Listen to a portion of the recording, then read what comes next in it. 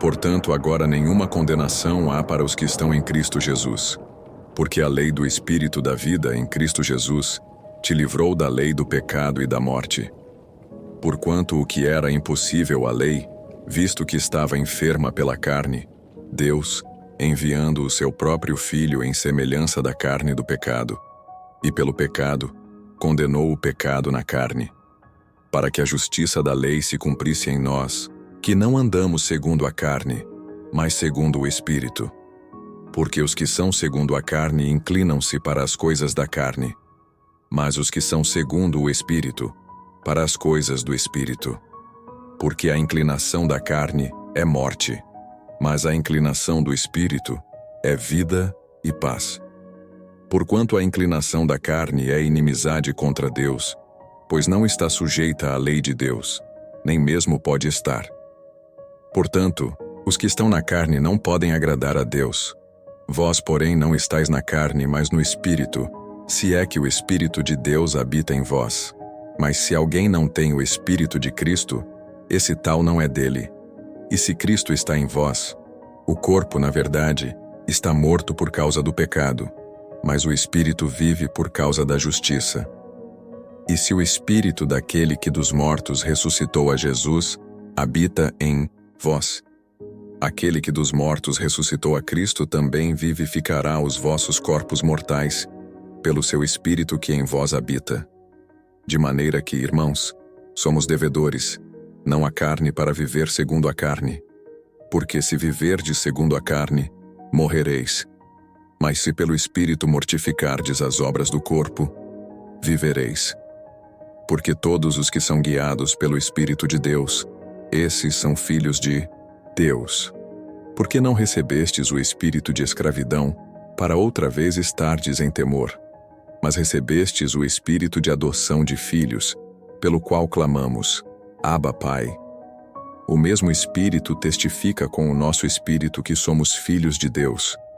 E se nós somos filhos, somos logo herdeiros também, herdeiros de Deus e co-herdeiros de Cristo.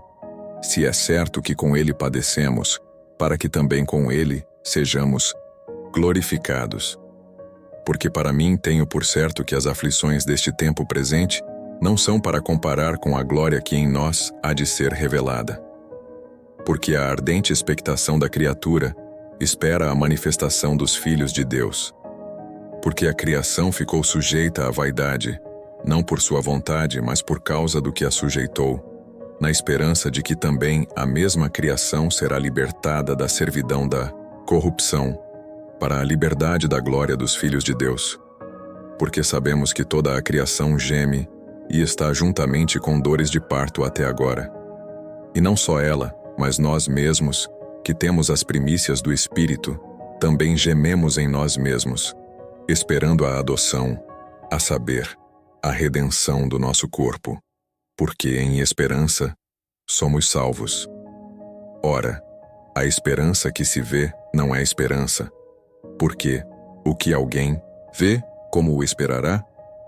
Mas, se esperamos o que não vemos, com paciência o esperamos.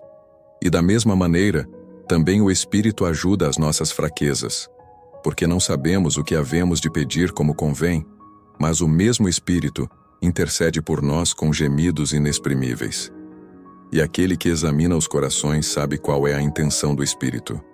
E é Ele que, segundo Deus, intercede pelos santos. E sabemos que todas as coisas contribuem juntamente para o bem daqueles que amam a Deus, daqueles que são chamados segundo o seu propósito. Porque os que dantes conheceu, também os predestinou para serem conformes à imagem de seu Filho, a fim de que ele seja o primogênito entre muitos irmãos. E aos que predestinou a esses também chamou, e aos que chamou a esses também justificou, e aos que justificou a esses também glorificou. Que diremos, pois, a estas coisas? Se Deus é por nós, quem será contra nós? Aquele que nem mesmo a seu próprio Filho poupou, antes o entregou por todos nós, como não nos dará também com ele todas as coisas? Quem intentará acusação contra os escolhidos de Deus? É Deus quem os justifica. Quem os condenará? Pois é Cristo quem morreu, ou antes quem ressuscitou dentre os mortos, o qual está à direita de Deus, e também intercede por nós. Quem nos separará do amor de Cristo? A tribulação, ou a angústia, ou a perseguição, ou a fome, ou a nudez, ou o perigo, ou a espada. Como está escrito: por amor de ti, somos entregues à morte todo o dia.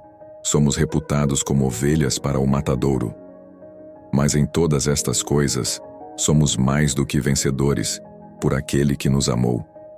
Porque estou certo de que nem a morte, nem a vida, nem os anjos, nem os principados, nem as potestades, nem o presente, nem o porvir, nem a altura, nem a profundidade, nem alguma outra criatura nos poderá separar do amor de Deus, que está em Cristo Jesus, nosso Senhor.